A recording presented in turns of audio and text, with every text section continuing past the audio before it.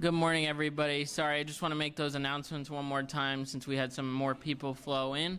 If everybody wouldn't mind, please silence your cell phones so we could avoid any disturbances during the press conference. And then when the governor moves over here to sign the bill, we just ask you don't put your phones high up in the air or stand up or anything. And then at the end, if the governor does take questions, that part is for the media only, so no standing up and shouting out any questions. And we will get started in a few minutes. Thank you.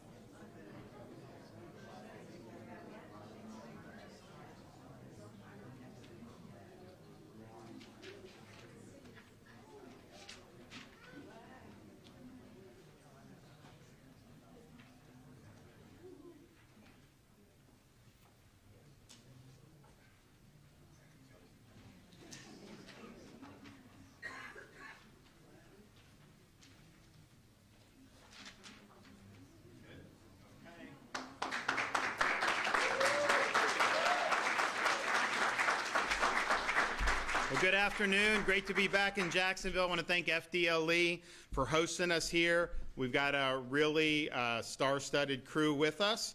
FDLE Commissioner Mark Glass. We were in Tallahassee doing a cabinet meeting earlier today, and now we're here in Jacksonville. We've got Sheriff T.K. Waters. We've got Representatives Plakin, Jacques, Kendall, Michael from the Florida House of Representatives, and we have our Senator, my friend Clay Yarborough. And then we're going to hear from Brooke Curry, Florida State University student, and is going to talk about her experience and some of the legislation that we're doing today. So we've got a number of bills that we're going to sign, and the theme of today is law and order.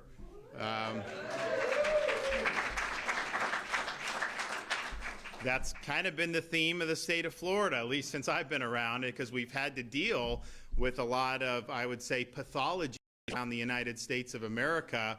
And, you know, my job is to, like, protect you from those things so that those don't come into here. We saw it in the summer of 2020, massive looting, massive rioting in Minneapolis, in places like LA, New York City. It was a total disaster. We in Florida said we are not going to allow that to happen. We're going to stand by law enforcement. And so, you know, you didn't see what you saw there, but we also knew that it's fine to have to deal with these things, but you don't want to just kind of play whack-a-mole, and if this is going to be something people are going to try, we want to make sure that our folks are better protected. So shortly thereafter, I signed the anti-riot legislation, which said very simply,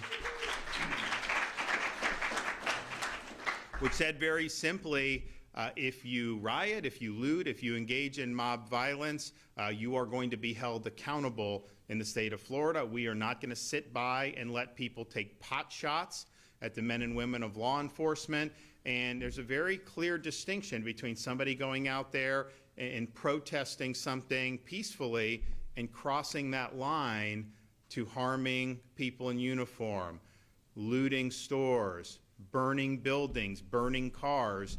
And we've drawn that line very clearly. Remember, when you had the Hamas demonstrations that were happening, you know, as much as I totally disagreed with what they were saying, you know, if you're going to go out and wave that, I think it's bad, but I also think if you're peaceful. But, you know, they were commandeering Columbia University. They tried to do that in Florida. They tried to take over a street in Miami, and the Miami police kicked them off in 13 minutes. That was a record at the time. Until the next week, they tried to do it in Central Florida, and Florida Highway Patrol kicked them off in 11 minutes. This is a big group of Hamas people, and they kicked them off very quickly. So we have zero tolerance for that, especially obstructing traffic. And that's the thing. You see what's happening in Los Angeles right now. You have federal law enforcement enforcing the law, which they're not only supposed to do, they took an oath to do. That's what is on the books. And you got people there that are acting like the law doesn't apply to them. So you come from a foreign country illegally into our country, you burn the American flag in protest of them trying to send you back to the country whose flag you're waving. This is such a farce. This is political. This is very ideological. But what's going on there? So you see that, and you see them burn stores. I mean, they looted. I mean, I'm watching these things. They're looting Foot Locker, the Apple Store, all this stuff, burning cars, doing all this. That would never fly in the state of Florida, not for 1 minute. You'd end up in the slammer very quickly. So you have those, and you see that what's going on. We are not going to allow that to happen in Florida. I know people are talking about, hey, there's going to be, you know, demonstrations around the country, and, you know, the line's very clear. Everybody, every police department, every sheriff's department, all state agencies know the line's clear. You know, peacefully talking about what you want to do or what you want to see, or having any type of those discussions is fine. But the minute that crosses the line, we are not going to just sit idly by and let the inmates run the asylum. But one of the things they're doing in LA that, you know, because you focus on and this is the same thing as 2020. You remember, you'd have the CNN reporter in Minneapolis. Behind him would be like the city engulfed in flames. And he said, this is a mostly peaceful protest. And you're just thinking to yourself, really? And so they're trying to say the same thing. Oh, it's, you know, it's peaceful. It's not that. Well, I'm seeing the stores being looted. I'm seeing fires. I'm seeing all this. I'm seeing law enforcement targeted. But one of the things that they're doing that it seems like it's even unremarked because they're doing all these other things, they are commandeering streets and doing things like that. I mean, you can apply to like get a permit to use a street. I mean, that does happen, but they're just commandeering streets. And, you know, that really, I think, honks a lot of people off because it's like it's already bad traffic in LA, horrible traffic. You have people that need to get their kids to school or get them to summer camp. You got people that may have medical needs. You have all these different things. And what? Some of these streets are just shut down because you have all these people that are complaining. That's wrong. And so in Florida, you know, the streets, do not even try to shut down the streets. We're going to make sure that you don't do that. So I just look at seeing what's going over there. They've developed a sense of entitlement that the law doesn't apply to them with respect to immigration because California is a sanctuary state, and so they think that they can just kind of do this and ignore the law. That doesn't work, and so what the Trump administration's doing to enforce the law, not only have a right to do it, they have a duty to do it. You know, that's why you get elected. That's why you take an oath to do. So I see the mayor, I see the governor making excuses for the people that are causing, you know, all the havoc, and that's not the way we roll here. So we're committed. I don't think there's a single law enforcement agency that's not committed. We also have certain duties that we've imposed through Florida state law because I called a special session and we worked through that. All state and local law enforcement agencies are required to participate with ICE for immigration enforcement. And that's the only way you're ever going to do this and do this well. And so there's a question, you know, occasionally you'll see like a sheriff pop off, like not TK, but say, oh, I'm not going to do it. I'm not going to do it. Really? Okay. Trust me, you're going to follow the law or you'll be out of a job. That's what's going to happen. And that's what we're going to do in the state of Florida. Now, one of the things we focused on a lot, and we've had to deal with of course, the overall unrest that the country's seen and make sure that Florida is a refuge from that. But we've also seen over many years children being left unprotected in some of these jurisdictions. And we've done more in the state of Florida to protect the innocence of our kids than any state in these United States. And I'm proud that we have done that. You remember a few years back, we signed the Parental Rights and Education Bill, making sure that you can send your kids to school without them being taught that they were born in the wrong body or that their gender is a choice. That is not acceptable, and that doesn't happen in the state of Florida. And if they try to do it in violation of the law, we now have an Office of Parental Rights in the Attorney General's office where you can submit and then they can take action to make sure Florida law is being abided by. We've also signed a series of bills to protect children from indecent exposure in public venues. You know, some of these sexually explicit things that they're trying to do with these kids, you know, you have like 10-year-old kids. No, that's not appropriate, and we've put a stop to that in the state of Florida. We've also been very concerned with social media and what happens with our youth with social media. So we signed legislation last year which basically put some teeth into the federal law, which already said that you had to be over 14 to get your own account. But basically, if you're 15 and under, you need parent permission to get it if you're 14 and 15, and then under 14, you can't get your own account. Now, parents can let their kids use their accounts, whatever. We're not going to police that. But what we're doing is we're telling the social media companies, don't issue an account unless they're a certain age with parent permission or above that age, and if not, you'll face consequences. And I think the reason why we've had to do that is because it used to be growing up, there would be different types of threats to the innocence of youth. You know, you'd be out playing, some predator comes up in a van, tries to entice kids in. I'm not saying that doesn't happen, it still does, but now with these devices, these predators can get into your home. Kids play video games, these guys can go in and entice them. So the risks are so much more than they were, say, when I was growing up as a kid. And parents want to be able to protect their kids, and there are things that we've been able to do to be able to help that. But make no mistake, these sexual predators will stop at nothing to be able to harm kids. And when you have a kid that is abused by these sexual predators, the abuse doesn't stop at that minute, the minute it ends. It's a lifelong scar. It's something that they have to cope with for the rest of their lives, and it really robs our kids of their innocence. And so we are very much strong and holding the line on that. I signed legislation last year to protect children from adult groomers attempting to prey on their innocence. This prohibited an adult from engaging in a pattern of communication to a minor that includes explicit and detailed verbal descriptions of sexual activity,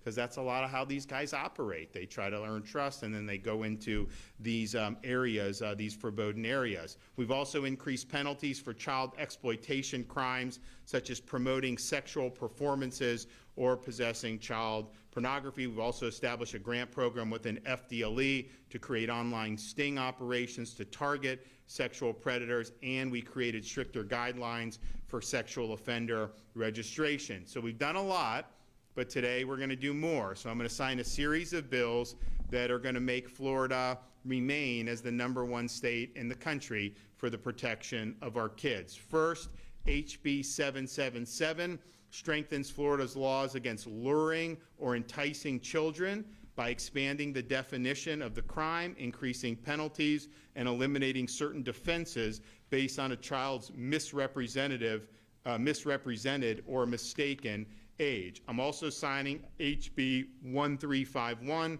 which strengthens registration, reporting, and verification requirements for sexual predators and offenders in Florida. The bill also enhances accountability and improves law enforcement monitoring of offenders' location and employment activities. You know, some of these offenders, they exploit loopholes in the system to be able to set up shop in certain communities, acting like they're just visiting or going back. And so this plugs that loophole so that if they're going to spend time here in Jacksonville, you're going to know that they're spending time here, and they're going to have to report that so that you can protect your kids. Third, I'm signing Florida House Bill 1455, which provides mandatory minimum terms of imprisonment for specified sexual offenses when committed by registered sexual offenders or sexual predators. Let me tell you, just as somebody who has been involved in law enforcement as a prosecutor and, of course, is now the head of the executive branch in Florida, these offenders, sexual offenders, they are going to reoffend, right? So you can put them away for the maximum and say someone gets a 15-year sentence and they serve it, they come out, the chance of them reoffending is very, very high when you start talking about these sexual predators. And so you've got to have a minimum amount of time that they're just taken off the streets. Ultimately, the registry, all these things, they're tools, but the only thing that really, really guarantees the safety of the children is to find every last daggum predator and put them in jail and get them off the street. That's what you need to do. Now, mandatory minimums, some people criticize because they say, well, you know, you could have too much for this. And, you know, the justice system is imperfect. I acknowledge that. But the reality is we have, unfortunately, some judges that just do not give the gravity of a sentence that warrants it when you're talking about abuse of minors. I mean, you will have some that will throw the book at them, then you'll have others where it's like a little bit more wishy-washy. So this ensures that there's a baseline level of accountability where you're holding these sexual predators accountable. And again, these are people that are already registered offenders, and then they're reoffending in the community. You know, I think these sexual predators, I mean, remember, I signed the legislation to reinstitute the death penalty for pedophiles. I think that that's appropriate when you're doing some of this stuff. But at a minimum, they need to be taken off the street. You shouldn't even be in a position where you're having to monitor their every move and just hoping that somehow they're going to reform themselves, because we know that the chance of that happening is not very good. We also have on the docket SB 1804, which establishes capital human trafficking of vulnerable persons for sexual exploitation as a new capital felony offense. And so it's kind of piggybacks on what we did on the child sex abuse, but brings that into the human trafficking realm, which is a huge, huge problem in the world, and certainly in the United States of America. So I'm glad that we are doing really significant efforts to continue to fight human trafficking. Now, we also have with us today, as I mentioned, Brooke Curry, a Jacksonville teenager whose personal experience with AI-generated explicit imagery catalyzed legislative action in Florida this session. And accordingly, I'm going to be signing HB 1161, Brooke's Law, to strengthen protections for individuals whose images are used in non-consensual, sexually explicit, deep fake content by requiring covered online platforms to implement a notice and removal system. So these are people that are manipulating this stuff, but they can do it so well that a lot of people think that this is authentic, and just think of what that does as somebody who gets victimized by this. And so Florida law does not currently provide a mechanism by which victims can request the removal of these altered depictions without consent. So Brooke's Law will protect victims of digital sexual abuse by ensuring victims of deepfake exploitation have a clear, enforceable process to remove damaging material. Also requires covered platforms such as websites and online services to remove altered sexual depictions and copies of such depictions from their platform upon request of the victim within 48 hours. It also prevents legal overreach by maintaining platform immunity for good faith compliance, avoiding the chilling effects on speech or over moderation. And then finally, the bill gives platforms room to design their own processes while enforcing a baseline level of accountability. I want to thank Brooke for her courage to come forward and to lead this effort. I think it's really important, and it also raises the issue of this whole artificial intelligence. You know, they're talking about in Washington banning states from being able to regulate it at all for the next 10 years. And as governor, I want to be able to provide protections for you working with the legislature if that's warranted. This stuff is progressing so quickly, but you will absolutely get to a point where they can just take you, they can put words in your mouth and do a video, and you're basically saying something that's the opposite of what you actually believe, and they can make you do, they can have you depict you doing awful things. That's not the world that we want to live in, and so I think that the states need to be able to retain their ability to handle the emerging AI issues. You know, we're not going to run away from it. We know it's going to be a part of military operations. It's going to be a part of a lot of things. Although I will say this, you know, they talk about the power of it, and there's a lot of things that are powerful about it, but there's also a lack of common sense in some of these AI things. I mean, like, sometimes they just don't, they can't reason like a human being does, and so there's not only dangers with how good it can be, but there's also dangers by employing it without recognizing some of the limitations and the flaws that it has, because I've seen that firsthand, and I've had to go in and fight with like Grok or some of these and say, wait a minute, that's wrong. Oh yeah, you're right, I saw that. And then like they admit they were wrong, but I'm like, why were you wrong the first time? So this is a really significant issue of all the different things. I mean, how people's privacy is going to be respected or not, how it's going to affect the economy, and what types of jobs are going to be available to people. These are really, it's maybe the most fundamental issue that we're going to confront over the next many, many years. And I just think you as Floridians should have the right to be able to petition your policymakers to provide protections for you. If that's something that you think is right, they're trying to kneecap the states from being able to do that, and I do think that that's a mistake. Well, listen, we're going to sign all this stuff in a second, but before we do that, we're going to hear from Mark Glass, TK, we're going to hear from Brooke, and then we're going to hear from Rachel Plakin from the Florida House. So, Mark Glass. And good morning, and thank you for coming to JROC, the Jacksonville Regional Operational Center for FDLE. And this is your FDLE, and you got to hear our great governor talk about the things the state of Florida is not going to put up with. And I'm going to tell you, it is great to work in my position and to let you know that FDLE has the ball. One thing we do is look out over the horizon, see what's coming at us, the changes in techniques, tactics, and procedures. And what we do, cyber is that battleground, that new battle space we all have to deal with. And I'm proud to be here, be with you, Governor, protecting our children, supporting our victims, and holding our predators accountable. And to be able to stand over here and watch him sign 4 of these bills is amazing. And I'm so thankful for that. And I want to thank our legislators for also championing this. I know we talked in your offices, and I want to say thank you so much for doing this and the great work you guys have been doing and trying to get these bills across the line for us to sign this. Deep fakes. Let's talk about 1161. You heard the governor talk about AI. AI is getting more dangerous. We do not have time, like he said, to wait on the federal government to do 10 years worth of you stand by while we figure it out. We can start figuring it out now. I have some of the best cyber experts working for FDLE. You have the best cyber experts working for FDLE, and we're working with our sheriffs, local chiefs. We're working with all other state organizations and also our victim services. So what we're trying to do is get ahead of the game. Let's look at AI forensics, cyber forensics, and make sure that we're able to put stuff to bed early and try to say that it's a fake, so that way we can get it out there. But with 1161 allowing us to go after these different platforms to say that you take that off now and take it from your systems and scrub it. The more you scrub it from your systems, the better.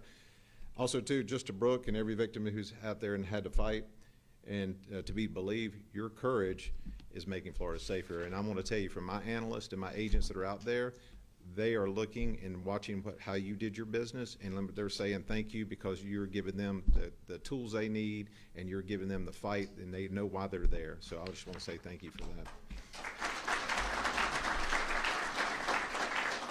House Bill 777, offenses involving children, it makes it crystal clear. If you target a child, there's no excuse, not ignorance, not deception, not denial. There's no excuse. And at FDLE, we have a zero tolerance. When the governor put me in here 3 years ago, that was one of the biggest things I went after, is all the sex offender and sex predators that are out there making our people in our state victims. And if you steal a child's innocence, that is the worst of evil to me. So we're going to come after you, and we're going to come after you hard with everything we have. So House Bill 1455, for the sexual offenses by repeat offenders, if you're hard-headed, we have a fix for that, and that's it. And we do appreciate y'all getting that across the line on 1455.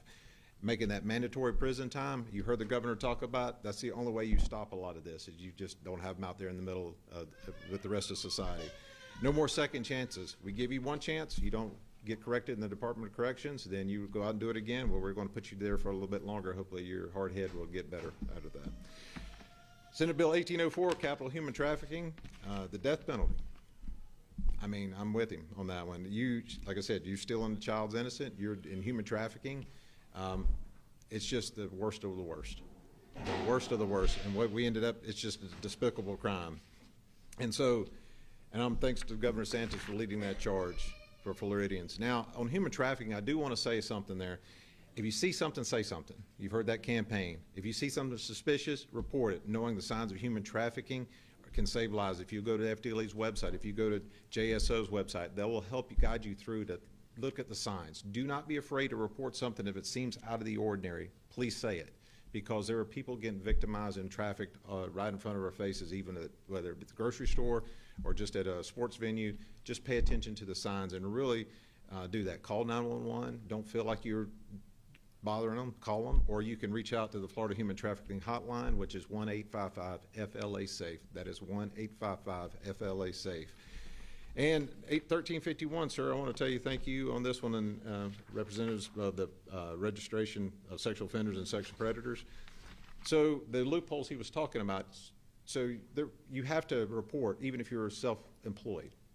So you do not want somebody who's self-employed coming to your house to do a handyman special and everything. You don't know who they are because they didn't report their business online. So that's going to make it mandatory reporting, so that way you can screen who's coming to your house to actually work on your house, whether it be plumbing, whether it be roofing, or whatever you need to do there. So with all that, just in conclusion, Governor, thank you for your commitment to protecting Floridians. And at FDLE, we're protecting you, supporting, and delivering justice to these folks. And we cannot do it without our representatives and senators that are here sitting here with us today. And also, we can't do it without our victims standing up and actually getting out there and having the great fight for us. And we do appreciate it. You don't know how much that strengthens me. I'm just telling you, that just strengthens us. And Governor, thank you for your leadership and you're tough on crime. Thank you.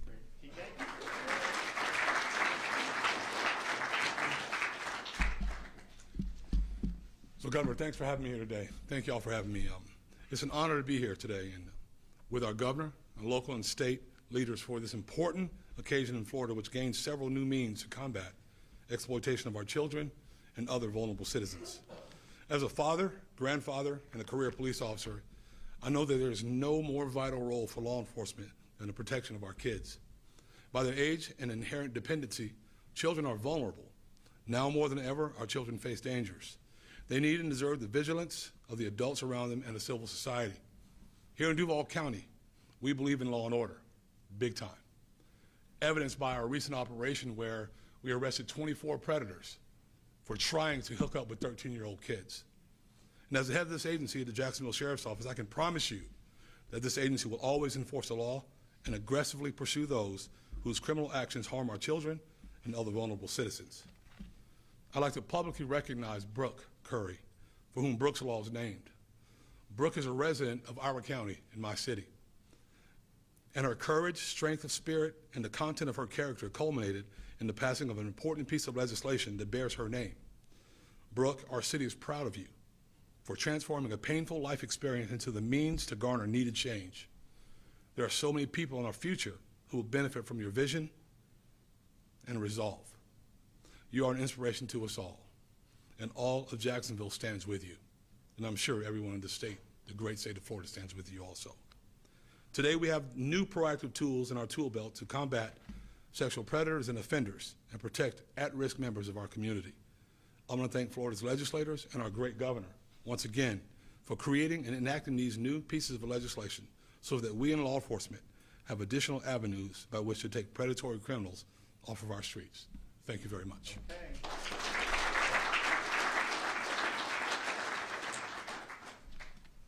Good afternoon, everyone. Standing before you today, I'm filled with deep gratitude, emotion, and purpose. First and foremost, I want to thank Governor Ron DeSantis and our Florida elected officials, specifically Mr. Weinman and Ms. Calatayud, for their leadership and commitment to protecting the rights of victims across our state. Your willingness to listen and act has meant the world to me and to so many others who now feel seen and heard. To the brave and tireless members of law enforcement, thank you. You are often the first call, the first face, and the first hope for victims who feel their world has been shattered. Your service and protection has laid the foundation for this law and justice it aims to deliver. To my family and friends, you've stood by me through pain, uncertainty, and the long road to healing. Your unwavering love gave me strength when I didn't think I had any left. And to the strangers who became supporters, your belief in this cause reminded me that there is far more good in this world than we sometimes realize. We are here today because we chose not to look away, because we decided silence was not an option, because we knew that victims of this crime, many of them young, vulnerable, and silenced, deserve a voice, justice, and a path forward. Brooks Law is not just about me. It's about all of us. It's about accountability, dignity, and hope. For every person who has been exploited or violated, I want you to hear this loud and clear. You have a voice. And now, thanks to this law, you have a path forward. To the young people watching or listening, never let anyone make you believe that your voice doesn't matter. It does. I'm proof of that. If you feel scared, hurt, or powerless, know this. You are not alone. You are never without options. There are people who will stand with you, fight for you, and believe in you.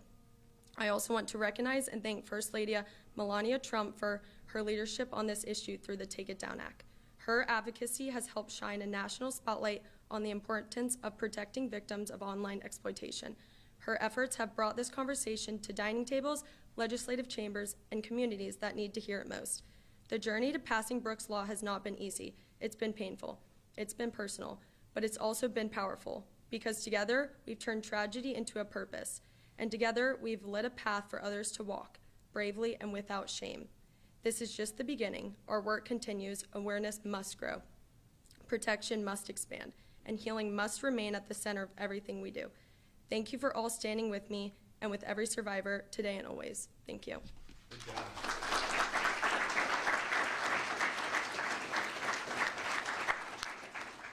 Hello, I'm Representative Rachel Plakin. I want to thank Brooke for sharing her story. It took a lot of courage to come here and speak before these folks, and we just really appreciate you so much.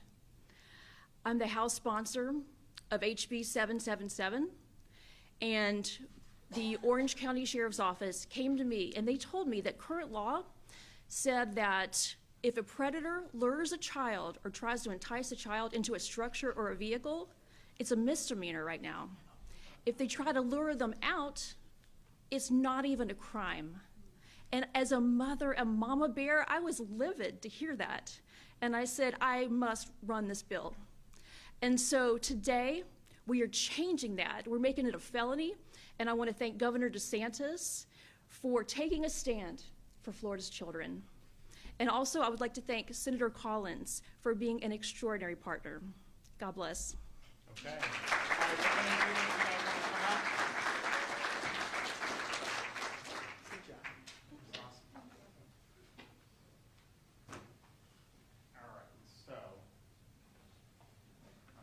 Number of them to do. Do we have any kids in the audience? Would you like, this is not permanent marker. Would you like one? There you go. I got another one if we got any others. You know, when the kids got the permanent markers over the years, I mean, I get the complaints about them, marking up everything. So we try to help out and do what we can here. Okay, so today is the 10th of June, am I right?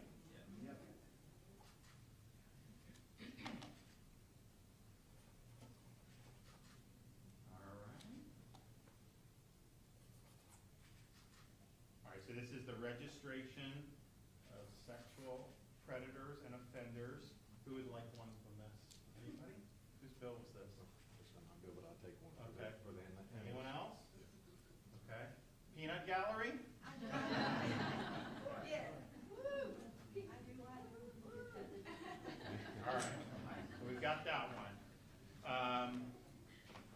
This is the previous sex offenders. Whose bill is this? Who did 1455? Any of you guys here or no?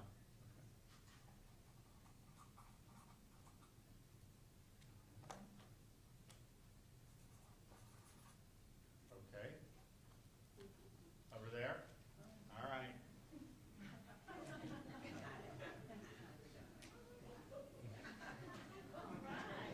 right. So we got that one. Okay.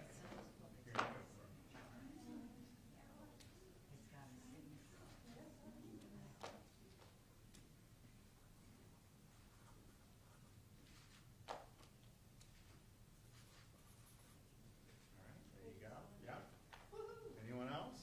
Lenny? Navy man? All right. He's a wide receiver. All right. HB 777.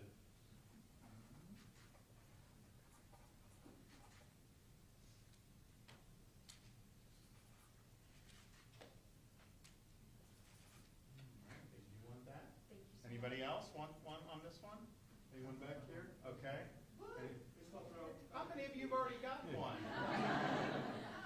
All right, so we got that, and then this is the capital offense. I have one more non-permanent marker. You sure we don't have any other kids? Okay. I'll take it for Gracie. Sure.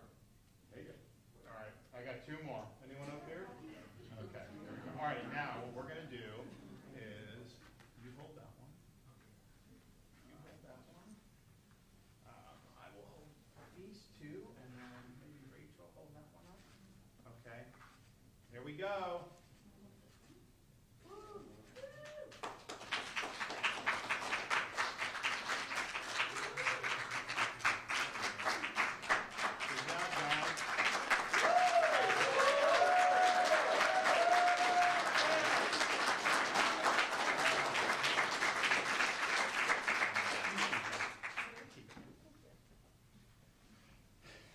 All right, well, I want to thank everybody for their hard work on this. I'm good, yeah, okay, yeah. Thanks for that. I think these are going to be meaningful. It continues our trend of standing up for children, throwing the book at sexual predators and offenders, and keeping our community safe. Okay, do we have any questions? I'm John from Mr. Jackson. Do you think it's possible to get completely ahead of AI with something that's expanding the way that it is? So I think the issue with AI is implicit in your question. We could have the perfect answer for AI right now. By the time a legislature does things, even if it takes like a month, there's already things. And so the rapid change that we do, it does make it more difficult. In terms of getting ahead, look, I think that what I would do, assuming we retain authority, is we're not going to be able to police every aspect of it, right? But there are going to be certain things where we're going to need to provide protections for people so that their lives aren't negatively impacted by the rise of AI. And I don't know that we're going to know every permutation of that because there's new things that get developed all the time. But as a kind of a national matter, it's a matter for the state, but it's really a national and even international issue is what role is AI going to play in terms of employment in the future? Now, when you have technologies that can displace jobs, but can also create jobs in other areas, AI, we'll see, right? But I do think it's a possibility that, we're looking at companies going so much in the direction of AI that they're not hiring as many people as they've needed to traditionally. So how do we prepare folks for that? So these are all things that are really fundamental questions. We should be able to, as states, retain our authority. And I know why some people want to do this and say 10 years you're not allowed to do anything is because they're worried about California and New York screwing it up, right? I mean, they're worried about them doing dumb things. I get that, but I can tell you what, one of the reasons Florida's been successful is because they've done a lot of dumb things and people have recognized Florida and people have moved businesses. They've invested in Florida as a result of that. So we've always had a healthy competition amongst the states. We're supposed to be laboratories of democracies. You can see who does it well, who doesn't. For example, on budget, these guys, we're June 10th. They don't have a budget. Our fiscal year ends at the end of the year. And I mean, hopefully that gets resolved this week. But if you look at Florida, we have millions of more residents in Florida than New York does, New York residents, and yet their budget is over twice the size of our state budget. Yet we have better services, better roads, higher performing education. And so where is this money going to? So people can see, hey, you can go to Florida with no income tax. You can go there with the #1 ranked public university system. In-state tuition is like $6,300. It hasn't budged 1 cent since I've been governor, and we're going to keep it that way. You can have a state dedicated to law and order, #1 in new business formations, all these things. Or you can pay hefty taxes. You can have weak on crime policies. You can have all those. And people make those judgments. And that's really been, I think, central to the federalism that we have in the United States of America. So to take that away from states is not something that I think is good policy. And they're also trying in Washington do other things. And this isn't as big of a deal in Florida, but in other parts of the country, Biden did this Green New Deal. So it's like trillions of dollars in subsidies that we shouldn't be spending at all. Like they should just reverse the entire Biden New Deal, Green New Deal. That would save money. That would allow you to be able to do whatever you wanted with immigration, all that stuff. It should all be wiped clean. But as it stands now, they have things. So they give people money to build these carbon sequestration pipelines because they say if we put carbon in the pipelines, we're going to save the planet. No, you're not. All you're doing is subsidizing people, and some people are going to make a lot of money off that. I get that. But, you have people that don't want, like in South Dakota, they may not want a pipeline on their private property, so they don't sell. Well, what they want to do is kneecap the ability of states and localities to protect private property rights by having restrictions on eminent domain. So now that's going to be wiped from the books, and they're going to be able to go in over the head of landowners. They also want to override all local and state zoning laws against these AI data centers. You know, these AI data centers are like massive amounts of power that go into them. Do you want those just set up in, like, you know, right by the rec center of some residential neighborhood? Like, I think you should be able to say no if that's the case. So there is a, they are trying to take away the ability of states to act in some of these spheres, but I think AI is really important that we retain that so that we're able to make some thoughtful calculations. But it is very difficult because of how rapid it changes, and you could have the perfect solution today, and in 6 months it is possible that that solution is obsolete. All right, thanks everybody. God bless you all. Take care.